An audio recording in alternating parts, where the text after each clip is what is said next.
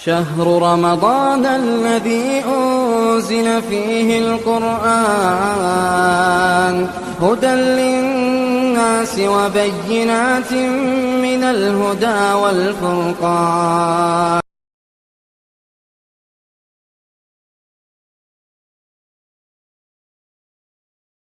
لله رب العالمين والصلاة والسلام على سيد الأنبياء والمرسلين وعلى آله وصحبه أجمعين أما بعد. أعوذ بالله من الشيطان الرجيم.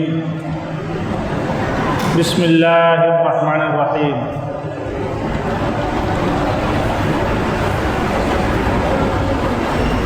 قال الله تعالى في كلامه المجيد: أعوذ بالله من الشيطان الرجيم. بسم الله الرحمن الرحيم. وَلَهُنَّ مِثْلُ الَّذِي عَلَيْهِنَّ بِالْمَعْرُوفِ وَلِلرِّجَالِ عَلَيْهِنَّ دَرَجَةٌ. محترم حضرات و خواتین اسلام اور پیارے بچوں، اللہ رب العزت کا شکر و احسان ہے کہ ہم رمضان کے مہینے میں مختلف طرح کی عبادتیں کر رہے ہیں، چاہے وہ مالی ہو یا اسی طریقے سے چاہے وہ جس بھی طرح کی ہو، اللہ کے لیے خلوص دل کے ساتھ قرآن مجید کی تلاوت کرنا، اس کو سننا، نماز اور نوافل کی پابندی کرنا، اور اسی طریقے سے درس کی مجلس میں بیٹھ کر کے اللہ کے کلام اور پیارے نبی جناب محمد رسول اللہ صلی اللہ علیہ وسلم کا فرمان سننا، یہ بہت ہی خیر کا کام ہے۔ اللہ رب العزت اسے ضائع نہیں کرے گا۔ پچھلے درس میں بات ذکر کی گئی تھی وراثت کے تعلق سے۔ جس علم کا عام کرنا اور جس پر عمل کرنا یہ بہت ہی زیادہ ضروری ہے۔ ہم جانتے ہیں کہ ہمارے معاشرے کے اندر وراثت کے معاملے میں بہت ہی زیادہ ظلم و زیادتی ہے۔ اللہ رب العزت نے ایسے لوگوں کے لیے جو دوسروں کا مال ہڑپ لیتے ہیں یا حق کھا جاتے ہیں، ان کے لیے شدید وعید بتلائی ہے۔ اللہ تعالیٰ نے وراثت کا ذکر کرنے کے بعد اس کو حدود اللہ سے تعبیر کیا ہے کہ اللہ تعالیٰ کی حدیں ہیں۔ جو شخص اللہ اور اس کے رسول کی اطاعت کرتا ہے، اللہ تعالیٰ اسے جنت میں داخل کرتا ہے، جس کے اندر وہ ہمیشہ ہمیش رہیں گے، اور یہ بہت بڑی کامیابی ہے۔ لیکن جو اللہ کے بتائے ہوئے قانون کو توڑتا ہے، اس کی حدوں کو پار کر جاتا ہے، ایسے لوگوں کو اللہ تعالیٰ جہنم کے اندر داخل فرمائے گا، جس کے اندر وہ ہمیشہ ہمیش رہیں گے اور ان کے لیے رسوا کن عذاب ہوگا۔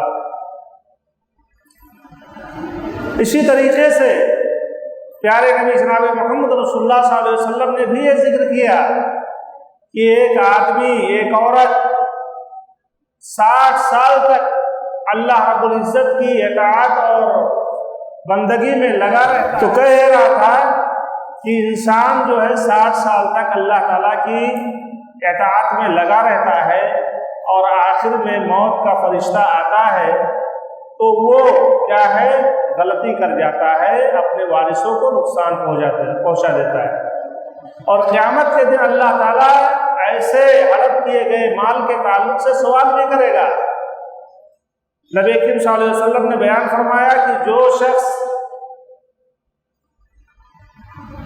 ایک بالشت بھی زمین ہڑپ لیتا ہے تو قیامت کے دن اسے 7 زمینوں کا کیا ہے طوق پہنایا جائے گا، ہار پہنایا جائے گا۔ معمولی سا بوجھ ہم اٹھا نہیں سکتے، اب 7 زمینوں کا بوجھ اگر ہمارے اوپر ہوگا تو ہماری کیا کیفیت ہوگی، ہماری کیا حالت ہوگی، اس کا ہم اندازہ لگا سکتے ہیں۔ بہرحال جو آیت میں نے آپ لوگوں کے تعلق سے تلاوت کی ہے، یہ میاں اور بیوی کے حقوق کے تعلق سے آیت ہے۔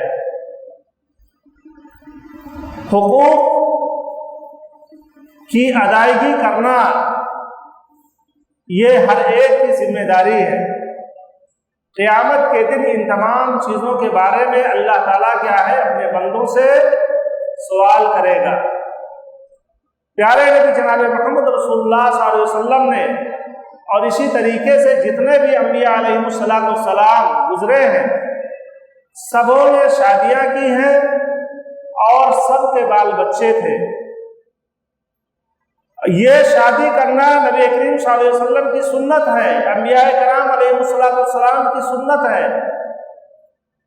نبی کریم صلی اللہ علیہ وسلم نے نوجوانوں کو مخاطب کر کے کہا ہے، یا معاشر الشباب من استطاع منکم الباءۃ فلیتزوج، اے نوجوانوں کی جماعت، تم میں سے جو شخص بھی طاقت رکھے تو چاہیے کہ وہ شادی کر لے، نان و نفقہ کی طاقت، اور اسی طریقے سے عورت کے خواہشات کے پوری کرنے کی طاقت رکھتا ہے تو اسے کیا ہے شادی کر لینی چاہیے، کیونکہ اس سے شرمگاہ کی حفاظت ہوتی ہے اور اس کے ذریعے سے آدھا دین مکمل بھی ہوتا ہے، جیسا کہ دوسری حدیث کے اندر اس کا ذکر ہے۔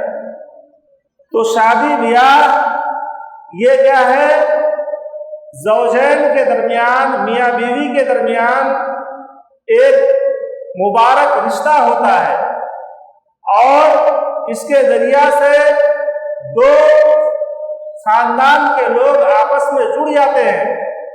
اللہ رب العزت نے پیارے نبی جناب محمد رسول اللہ صلی اللہ علیہ وسلم نے اس کے کچھ طریقے بتلائے ہیں اور اسی طریقے سے میاں اور بیوی کے حقوق کو کیا ہے واضح کیا ہے کہ شوہر کا کیا حق ہے اور اسی طریقے سے بیوی کا کیا حق ہے۔ میاں بیوی کے حقوق کے تعلق سے جو بات ہے اس میں کچھ حقوق جو ہے وہ مشترکہ ہے، کمبائنڈ ہے، اور کچھ حقوق ایسے ہیں جس کا تعلق شوہر سے ہے خالص اور کچھ کا تعلق کیا ہے بیوی سے ہے۔ پہلی چیز کیا ہے، وہ حقوق جو مشترکہ ہے میاں بیوی کے درمیان، اس میں سب سے پہلا حق جو ہے وہ شروط ہیں، وہ کنڈیشن ہیں جو شادی اور بیاہ کے موقع پر دونوں کے درمیان متعین کیے جاتے ہیں۔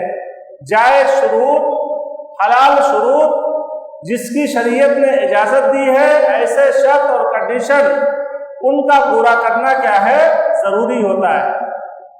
پیارے نبی جناب محمد رسول اللہ صلی اللہ علیہ وآلہ وسلم نے اس سلسلے میں ذکر فرمایا ہے اور کہا ہے کہ احق ما اوفیتم من الشروط ان توفوا به ما استحللتم من الفروج، کہ سب سے مناسب اور جن شرطوں کا پورا کرنا زیادہ ضروری ہوتا ہے ان میں وہ شرط ہے جس کے ذریعے سے آپ لوگ کیا ہے شرمگاہ کو حلال کرتے ہیں۔ تو شادی بیاہ کے موقع پر جو کنڈیشن اور شروط ہوتے ہیں اس کا پورا کرنا کیا ہے ضروری ہوتا ہے۔ جیسے کہ کوئی شخص اپنی بچی کو کسی کے حوالے کرتا ہے تو وہاں پر جو شرط اور کنڈیشن ہوتے ہیں کہ بچے کا دیکھ ریکھ کرنا، یا اسی طریقے سے اس کے نان و نفقہ کا خیال کرنا، اس کے لباس کا خیال کرنا، اس کی ضرورتوں کو پورا کرنا، تو یہ ساری چیزیں پورا کرنا کیا ہے، شوہر کی ذمہ داری ہو جاتی ہے۔ اور اسی طریقے سے بیوی کے اوپر یہ لازم ہو جاتا ہے کہ وہ اپنے شوہر کی خدمت کرے اور اس کی کیا ہے، اطاعت و گزاری اور اس کی فرما برداری کرے، یہ اس کے اوپر لازم ہو جاتا ہے۔ تو اگر ناجائز شرط ہے تو یہ چیز درست نہیں ہے، کیونکہ جو بھی شرط اور کنڈیشن اللہ اور اس کے رسول کے بتائے ہوئے طریقے کے خلاف ہوتا ہے، وہ کنڈیشن، اس کنڈیشن کا، اس شرط کا شریعت کے اندر کوئی اعتبار نہیں ہوتا ہے۔ جیسے کہ کوئی نکاح کرے اپنی بچی کا اور یہ کنڈیشن لگائے کہ تم دوسری شادی نہیں کر سکتے، تو یہ کنڈیشن کیا ہے، شریعت کی روشنی میں باطل ہے، کیونکہ شریعت نے یہ اجازت دی ہے کہ ایک آدمی اگر طاقت رکھتا ہے، مالی حساب سے، بدنی حساب سے، قوت و طاقت کے حساب سے، اور اسی طریقے سے عدل و انصاف جو بیویوں کے درمیان کیا جاتا ہے اس کے حساب سے، تو ایسی صورت میں وہ 4 تک کی شادیاں کر سکتا ہے۔ تو اگر ہم کنڈیشن وہاں پر لگاتے ہیں تو ایسا کنڈیشن، ایسا شرط کیا ہے، اسلام کی روشنی میں کیا ہے، باطل ہو جاتا ہے، اور اس شرط کا اعتبار نہیں ہوتا ہے۔ دوسری چیز کیا ہے جو آپس میں میاں بیوی کے درمیان حقوق کے تعلق سے مشترکہ ہے، وہ ہے ملاطفت، ایک دوسرے سے لطف اندوز ہونا، ایک دوسرے سے کیا ہے، فائدہ اٹھانا، یہ کیا ہے، دوسرا حق ہے جو میاں اور بیوی کے درمیان مشترکہ ہے۔ پیارے نبی جناب محمد رسول اللہ صلی اللہ علیہ وآلہ وسلم نے بیان فرمایا ہے کہ اذا دعا الرجل امرأته فابت، اگر آدمی اپنی بیوی کو بستر پر بلاتا ہے اور وہ انکار کر دیتی ہے، شوہر ناراض ہو جاتا ہے، تو ایسی صورت میں فرشتوں کی لعنت ایسے عورتوں کے اوپر ہوتی ہے، صبح ہونے تک ایسے عورتوں کے اوپر کیا ہے، لعنت برستی ہے۔ اسی طریقے سے دوسری روایت ہے، پیارے نبی جناب محمد رسول اللہ صلی اللہ علیہ وسلم نے بیان فرمایا ہے کہ اگر کوئی آدمی اپنی بیوی کو کسی ضرورت کے لیے بلائے تو ایسی صورت میں اسے انکار نہیں کرنا چاہیے، چاہے وہ تنور پر ہو، یعنی چولہے پر کیوں نہ ہو، پھر بھی کیا ہے، اس کی بات کو ماننا چاہیے، اور وہ بلائے تو وہاں پر کیا ہے، اسے جانا چاہیے۔ تو یہ بھی کیا ہے، ایک مشترکہ حق ہے ملاطفت، کہ آپ ایک دوسرے کو سے کیا ہے، لطف اندوز ہوں، ایک دوسرے سے لذت حاصل کریں، ایک دوسرے سے سکون حاصل کریں۔ یہ بھی میاں بیوی کا کیا ہے، ایک مشترکہ حق ہے، جس حق کا ادا کرنا ایک دوسرے کے اوپر لازم ہوتا ہے، مرد کے اوپر بھی ضروری ہے، اور اسی طریقے سے عورت کے لیے بھی یہ چیز کیا ہے، ضروری ہے، اور یہ چیز کیا ہے، مشترکہ ہے۔ اسی طریقے سے تیسرا حق یہ ہے کہ میاں بیوی کے درمیان جو بھی چیز ہوتی ہے اس کو سیکرٹ رکھا جائے۔ ہمارا معاملہ کیا ہوتا ہے کہ ہم بیوی کے پاس جاتے ہیں، جو بھی معاملہ آپس میں ہوتا ہے اس کو کیا ہے، اپنے دوستوں سے بیان کرتے ہیں، چاہے وہ مرد ہو یا عورت ہو۔ شریعت نے اس سے کیا ہے، منع فرمایا ہے کہ یہ ازدواجی تعلقات جو ہوتے ہیں اس کو راز میں رکھا جائے، اس کو ایک دوسرے سے بیان نہ کیا جائے، اپنے دوستوں سے یا عورتیں اپنی سہیلیوں سے اس کو بیان نہ کرے۔ پیارے نبی جناب محمد رسول اللہ صلی اللہ علیہ وسلم نے ایسے شخص کو جو اس طرح سے کرتا ہے، راز کی بات کو بتلاتا ہے، ازدواجی جو تعلقات ہوتے ہیں اس کے بارے میں بتلاتا ہے، تو ایسی صورت میں اس کو سب سے گھٹیا انسان کہا ہے۔ پیارے نبی جناب محمد رسول اللہ صلی اللہ علیہ وسلم نے بیان فرمایا کہ ان من اشر الناس عند اللہ منزلۃ یوم القیامہ الرجل یفضی الی امرأته وتفضی الیہ ثم ینشر سرها۔ یہ صحیح مسلم کی روایت ہے۔ پیارے نبی جناب محمد رسول اللہ صلی اللہ علیہ وسلم نے بیان فرمایا کہ اللہ کے نزدیک سب سے زیادہ درجے کے حساب سے گھٹیا اور بدترین انسان وہ ہے، قیامت کے دن وہ ہوگا جو انسان اپنی بیوی کے پاس جاتا ہے اور اسی طریقے سے بیوی اپنے شوہر کے پاس آتی ہے، پھر یہ لوگ جو بھی کرتے ہیں اس کو اپنے دوستوں سے یا اسی طریقے سے اپنے سہیلیوں سے بیان کرتے ہیں۔ تو یہ انسان کے گھٹیا پن ہونے کی کیا ہے؟ دلیل ہے، اور وہ اللہ تعالیٰ کے نزدیک بہت ہی گھٹیا انسان مانا جاتا ہے اور اسی طریقے سے تصور کیا جاتا ہے۔ چوتھی چیز جو مشترکہ ہے وہ ہے حق وراثت، وراثت کا حق، جس کے بارے میں نے پہلے درس کے اندر ذکر بھی کیا ہے کہ شادی ہونے کے بعد، شادی ہونے کے ذریعہ سے میاں بیوی جو آپس میں بن جاتے ہیں، یہ ایک دوسرے کے مال کے کیا ہے؟ حقدار بن جاتے ہیں۔ اگر بیوی کا انتقال ہو گیا تو بیوی جو مال چھوڑتی ہے اس مال میں سے شوہر کا حق ہوتا ہے۔ اگر لڑکا نہیں ہے، لڑکا لڑکی بیوی کے پاس نہیں ہے، تو ایسی صورت میں آدھا، پوری پراپرٹی کا آدھا حصہ شوہر کا ہوتا ہے۔ لیکن اگر لڑکا اور لڑکی ہیں تو ایسی صورت میں شوہر کو کیا ہے؟ 1/4 ملتا ہے، یعنی 1/4 حصہ ملتا ہے۔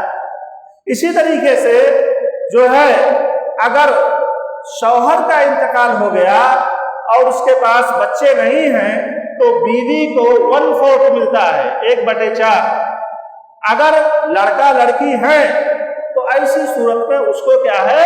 8واں حصہ ملتا ہے۔ تو اس میں حق وراثت میں یہ دونوں کیا ہے؟ آپس میں مشترک ہے، کمبائنڈ ہے۔ اگر شوہر کا انتقال ہوا تو بیوی اس کے ترکے میں حقدار ہوتی ہے، اگر بیوی کا انتقال ہو گیا تو شوہر کیا ہے؟ جو کچھ بیوی چھوڑتی ہے اس کے ترکے میں کیا ہے؟ حقدار ہوتی ہے۔ اس روشنی میں جیسا کہ اللہ تعالیٰ نے قرآن مجید کے اندر ذکر کیا ہے، شوہر آدھے حصے کا یا 1/4 حصے یعنی 1/4 کا مالک ہوتا ہے، اور اسی طریقے سے بیوی 1/4 یا 8ویں حصے کی مالک بنتی ہے۔ تو یہ 4 حقوق ہیں جو کہ مشترکہ حقوق ہیں۔ اس کے علاوہ کچھ حقوق اور ہیں، جیسے بیوی پر شوہر کے حقوق۔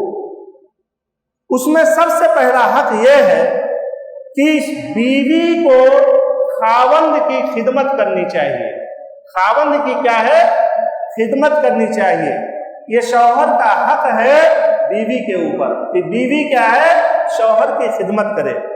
پیارے نبی جناب محمد رسول اللہ صلی اللہ علیہ وسلم کے زمانے میں بھی صحابیات رضی اللہ عنہن اپنے شوہروں کی خدمت کیا کرتی تھی۔ اس سلسلے میں ایک حدیث ہے حضرت حسین رضی اللہ عنہ کی، حضرت حسین بن محسن رضی اللہ عنہ کی، جس میں ان کی پھوپھی کا واقعہ ذکر ہے۔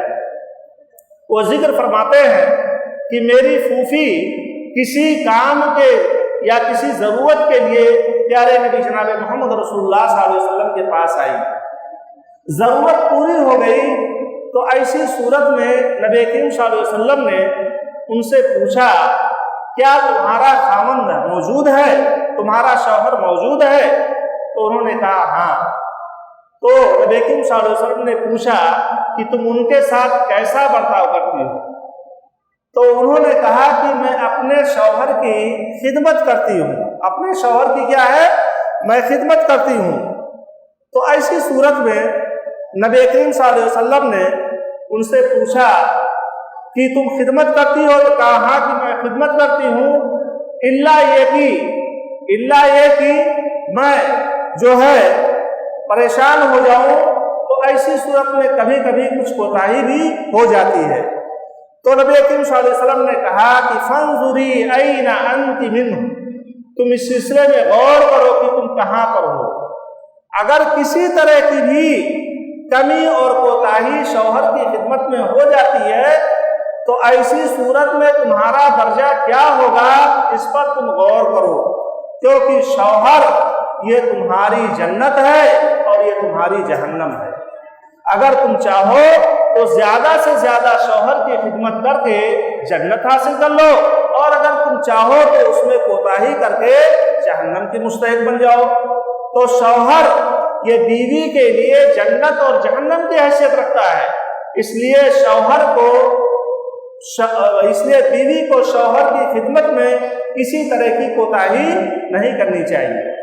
پیارے نبی جناب محمد رسول اللہ صلی اللہ علیہ وسلم کی صاحبزادی حضرت فاطمہ رضی اللہ تعالی عنہا کے تعلق سے واقعہ مشہور ہوگا، آپ لوگ سنے ہوں گے، بارہا سنے ہوں گے۔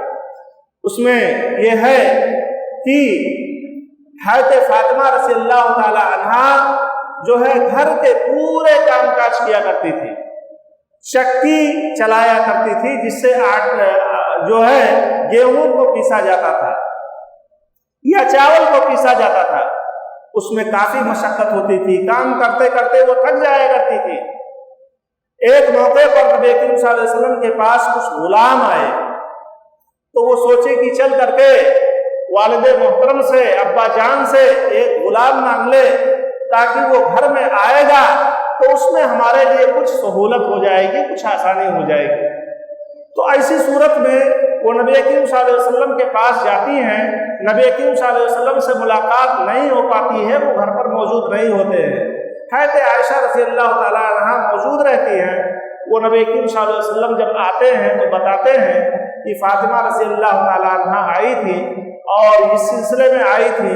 نبی کریم صلی اللہ علیہ وسلم نے جب سنا تو وہاں گھر پر گئے، حضرت فاطمہ رضی اللہ تعالیٰ عنہا کے یہاں گئے، وہاں پر حضرت علی رضی اللہ تعالیٰ عنہ بھی موجود تھے۔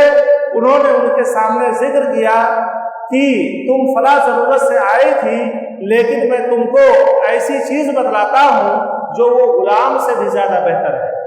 وہ کیا ہے کہ تم جو ہے 34 مرتبہ جب بستر پر آؤ تو ایسی صورت میں 34 مرتبہ کیا پڑھو، 30 پر 4 مرتبہ آپ کو کیا کرنا ہے، اللہ اکبر پڑھنا ہے۔ 30 پر 3 مرتبہ یعنی 33 مرتبہ الحمدللہ پڑھنا ہے، اور 33 مرتبہ کیا ہے، سبحان اللہ پڑھنا ہے۔ یہ نبی کریم صلی اللہ علیہ وسلم نے تعلیم دی اور کہا کہ یہ اس غلام سے بہتر ہے جس غلام کو پانے کے لیے، مانگنے کے لیے تم یہاں پر آئی تھی۔ اسی طریقے سے حضرت اسماء بنت ابی بکر رضی اللہ تعالی عنہا کے تعلق سے آتا ہے، وہ ذکر کرتی ہے کہ میری شادی حضرت زبیر رضی اللہ تعالی عنہ سے ہوئی تو اس وقت ان کے پاس کچھ بھی نہیں تھا، کوئی جائیداد نہیں، کوئی پراپرٹی نہیں، ان کے پاس ایک گھوڑا تھا اور اسی طریقے سے ایک اونٹ تھا۔ میں گھوڑے کے لیے چارہ لاتی تھی، اونٹ پر پانی بھر کر کے لایا کرتی تھی، اور اسی طریقے سے مشکیزہ جس میں پانی بھرا جاتا تھا وہ پھٹ جاتا تھا تو اس کو سلا کرتی تھی، آٹے کو گوندھ لیا کرتی تھی، اور اسی طریقے سے روٹی پکانا مجھ کو نہیں آتا تھا، پڑوس کی ایک عورت سے میں پکوا لیا کرتی تھی، اور نبی کریم صلی اللہ علیہ وسلم سے ایک جاگیر ملی تھی زمین کی شکل میں جو 2 میل کے فاصلے پر تھا۔ میں وہاں پر جاتی تھی، گٹھلیاں جمع کرتی تھی، جمع کرنے کے بعد اس کو اپنے سر پر لاد کر کے لایا کرتی تھی۔ یہ سب کیا ہے، اتنی معزز صحابیات رضی اللہ عنہن جو کہ اپنے شوہروں کی خدمت کرنے میں کسی طرح کی کوئی کوتاہی نہیں کرتی تھی، محنت کے کام کیا کرتی تھی، مشقت کے کام کیا کرتی تھی، یہ اس لیے کہ شوہر یہی جنت ہے اور شوہر یہی جہنم ہے۔ تو اس تصور کے ساتھ یہ ساری چیزیں یہ لوگ کیا کرتی تھی۔ دوسری چیز کیا ہے، شوہر کی فرما برداری۔ حدیث کے اندر ذکر ہے، پیارے نبی جناب محمد رسول اللہ صلی اللہ علیہ وسلم نے بیان فرمایا کہ اذا صلت المرأة خمسها وصامت شهرها وحفظت فرجها وأطاعت زوجها قيل لها ادخلي الجنة من أي أبواب الجنة شئت۔ یہ حدیث ہے پیارے نبی جناب محمد رسول اللہ صلی اللہ علیہ وسلم کی، اس میں ذکر ہے کہ جب عورت 5 5 وقت کی نماز کی پابند ہو جائے، پابندی سے نماز پڑھے، اور رمضان کے مہینے کا روزہ رکھ لے، اور اسی طریقے سے اپنے شرمگاہ کی حفاظت کر لے اور اپنے شوہر کی اطاعت کر لے۔ ایسا کوئی عورت کر لیتی ہے، یہ خوبیاں، یہ صفات جن عورتوں کے اندر پائی جاتی ہے، قیامت کے دن ان سے کہا جائے گا کہ جنت کے اندر تم داخل ہو جاؤ، جنت کے جس دروازے سے چاہو اس دروازے سے تم داخل ہو جاؤ۔ تو شوہر کی اطاعت و فرمانبرداری یہ کیا ہے؟ حق ہے شوہر کا، عورتوں کو کیا ہے؟ کرنا چاہیے۔ اسی طریقے سے حضرت ابو ہریرہ رضی اللہ تعالیٰ عنہ کی روایت ہے، اس میں ہے کہ نبی کریم صلی اللہ علیہ وسلم سے پوچھا گیا کہ سب سے بہترین عورت کون ہے؟ سب سے بہترین عورت کون ہے؟ تو ایسی صورت میں نبی کریم صلی اللہ علیہ وسلم نے بیان فرمایا کہ التی تسرہ اذا نظر، سب سے بہترین عورت کون ہے پوچھا گیا تو کہا گیا کہ وہ عورت سب سے بہترین ہے کہ جب شوہر اسے دیکھے تو شوہر کو خوش کر دے۔ اسی طریقے سے جب وہ کسی کام کا حکم دے تو اس کی اطاعت و فرما برداری کرے، اور اسی طریقے سے اس کے کسی بھی معاملے کے اندر اس کی مخالفت نہ کرے۔ تو اطاعت و فرما برداری بھی شوہر کی کرنی چاہیے۔ اسی طریقے سے حدیث کے اندر ذکر ہے کہ اگر کوئی عورت نافرمان ہے، اپنے شوہر کی نافرمانی کرتی ہے، تو ایسی صورت میں اس کی نماز قبول نہیں ہوتی۔ غلام کے بارے میں بھی ذکر ہے، کوئی غلام بھاگ کر کے چلا گیا، اور اسی طریقے سے عورت کے بارے میں جو اپنے شوہر کی نافرمان ہے، تو جب تک اس نافرمانی سے توبہ نہ کر لے تب تک اس کی نماز قبول نہیں ہوتی ہے۔ اسی طریقے سے یہ بھی بات جاننی چاہیے کہ لا طاعۃ لأحد فی معصیۃ اللہ، اللہ کی معصیت میں کوئی اطاعت نہیں۔ اگر شوہر کسی عورت سے غلط کام کرنے کے لیے کہے تو وہ اس کی مکلف نہیں ہے، کیونکہ شریعت کا دستور ہے کہ اطاعت ان چیزوں میں ہوگی جس میں اللہ اور اس کے رسول کی نافرمانی نہ ہو، لیکن اللہ اور اس کے رسول کی نافرمانی میں اگر کوئی بات کرنے کا شوہر حکم دیتا ہے تو اس میں اطاعت نہیں کی جائے گی، اس کی بات کو نہیں مانا جائے گا۔ اسی طریقے سے بیوی خاوند کی اجازت کے بغیر نفلی روزے نہیں رکھے گی۔ رمضان کا روزہ فرض ہے، یہ رکھنا ضروری ہے، لیکن نفلی روزے جو ہے اگر شوہر اجازت دے گا تبھی اس کو رکھے گی، یہ بھی شوہر کا حق ہے۔ اسی طریقے سے بیوی یہ خاوند کے مال اور اسی طریقے سے پراپرٹی کی حفاظت کرے، یہ بھی شریعت کا کیا ہے؟ دستور ہے، اور یہ کہا گیا ہے کہ کوئی عورت جو ہے اپنے شوہر کے گھر کی چیز جو ہے خرچ نہیں کرے گی مگر اس کی اجازت کے، یعنی شوہر سے پرمیشن لے کر کے یہ خرچہ کرنا ہے۔ کہا گیا کہ کھانا بھی نہیں، تو نبی کریم صلی اللہ علیہ وسلم نے کہا کہ ذالک افضل اموالنا، کھانا تو سب سے بہترین مال ہے، وہ سب سے قیمتی مال کیا ہے؟ کھانا ہی ہوا کرتا ہے، اس لیے اس میں بھی جو ہے بے جا تصرف نہیں کیا جائے گا۔ اسی طریقے سے 5واں حق جو ذکر کیا گیا ہے کہ بغیر شوہر کی اجازت کے گھر میں کسی غیر کو داخل ہونے نہ دیا جائے، یہ بھی معاملہ ہے۔ وَلَا تَأْذَنَّ فِي بَيْتِهِ إِلَّا بِإِذْنِهِ، نبی کریم صلی اللہ علیہ وسلم نے فرمایا کہ تم لوگ شوہر کے گھروں میں کسی غیر کو اجازت مت دو، پرمیشن مت دو داخل ہونے کی بلا شوہر کی اجازت کے۔ تو شوہر سے اجازت لینا یہ شوہر کا حق ہے، تو وہ بھی نہیں ہونا چاہیے۔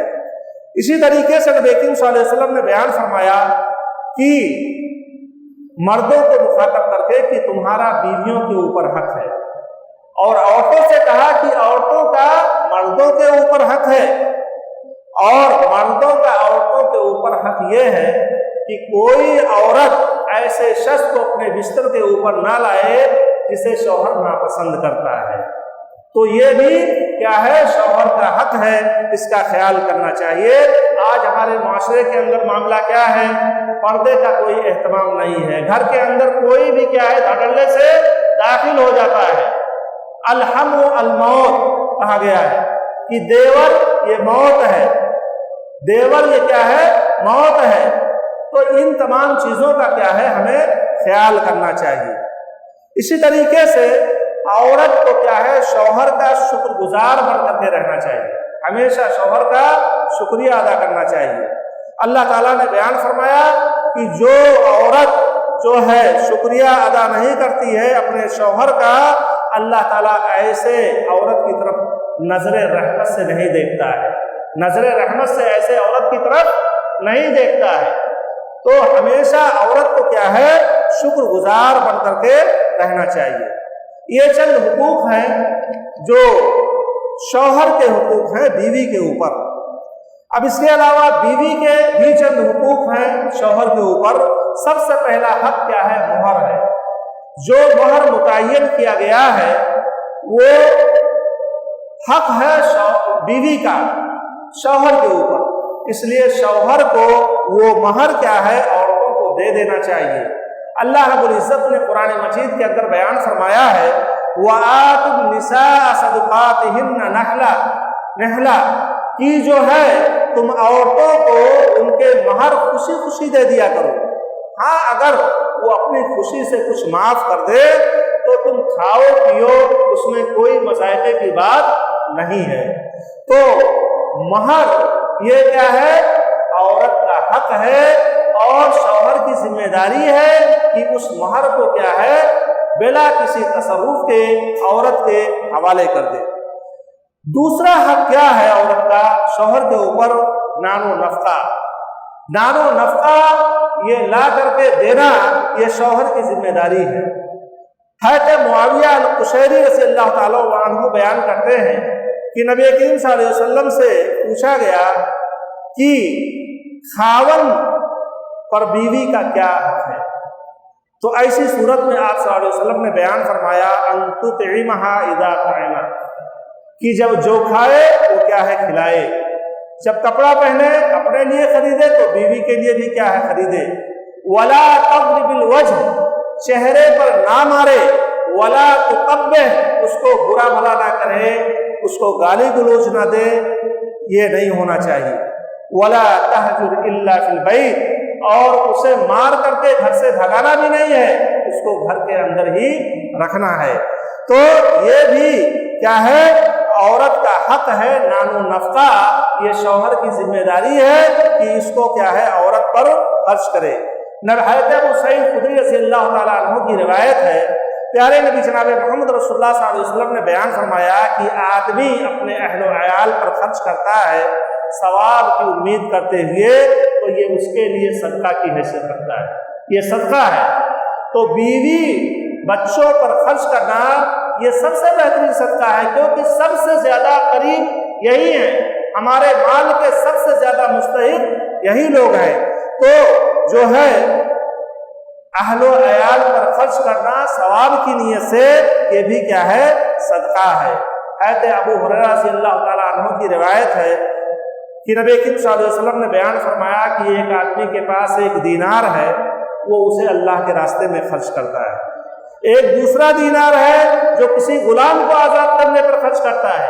ایک تیسرا دینار ہے جسے وہ کیا ہے؟ خرچ کرتا ہے اللہ کے راستے میں، اور ایک چوتھا دینار ہے جسے وہ اپنی بیوی بچوں پر خرچ کرتا ہے۔ تو کہا گیا کہ اس میں سب سے زیادہ افضل جو ہے وہ دینار ہے جو اپنے اہل و عیال پر خرچہ کیا گیا ہے۔ تو اہل و عیال پر خرچ کرنا یہ سب سے زیادہ کیا ہے؟ ثواب کا کام ہے۔ تیسرا حق یہ ہے کہ جو ہے شوہر بیوی کے ساتھ اچھی بود باش اختیار کرے، اچھے ڈھنگ سے اس کے ساتھ رہے، پیار کے ساتھ، محبت کے ساتھ اس کے ساتھ رہے۔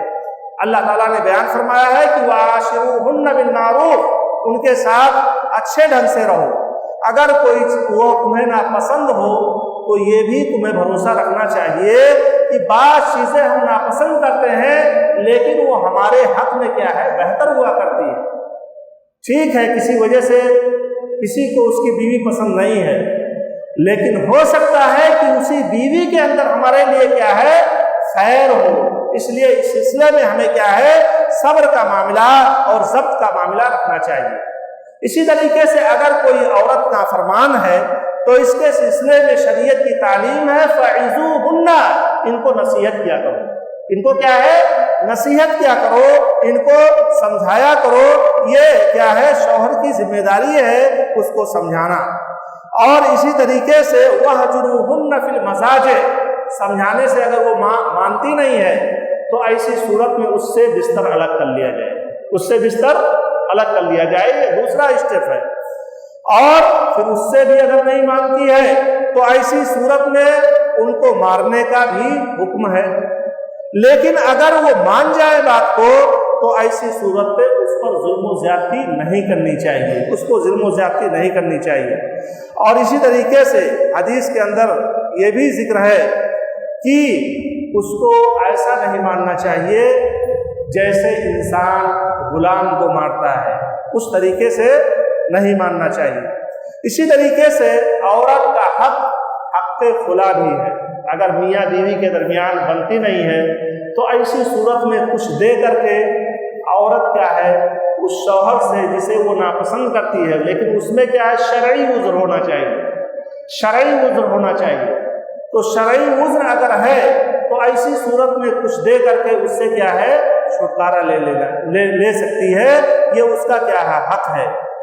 حدیث کے اندر ذکر ہے، پیارے نبی جناب محمد رسول اللہ صلی اللہ علیہ وسلم نے بیان فرمایا کہ ایما امرأۃ سألت زوجها الطلاق من غیر ما بأس فحرام علیہا رائحۃ الجنہ، بلا ضرورت کے اگر کوئی عورت اپنے شوہر سے طلاق کا مطالبہ کرتی ہے کہ مجھے طلاق دے دو تو اس کے اوپر جنت کی خوشبو حرام ہو جاتی ہے۔ تو ہمیں کیا ہے خیال کرنا چاہیے ان حقوق کا، ان واجبات کا، چاہے وہ شوہر کے تعلق سے ہو چاہے بیوی کے تعلق سے ہو۔ اگر ان حقوق کا پاس و لحاظ کریں گے تو ہماری جو معاشرتی زندگی ہے وہ بہت ہی سکون کے ساتھ گزرے گی اور وہ گھر جنت کی شکل میں نظر آئے گا۔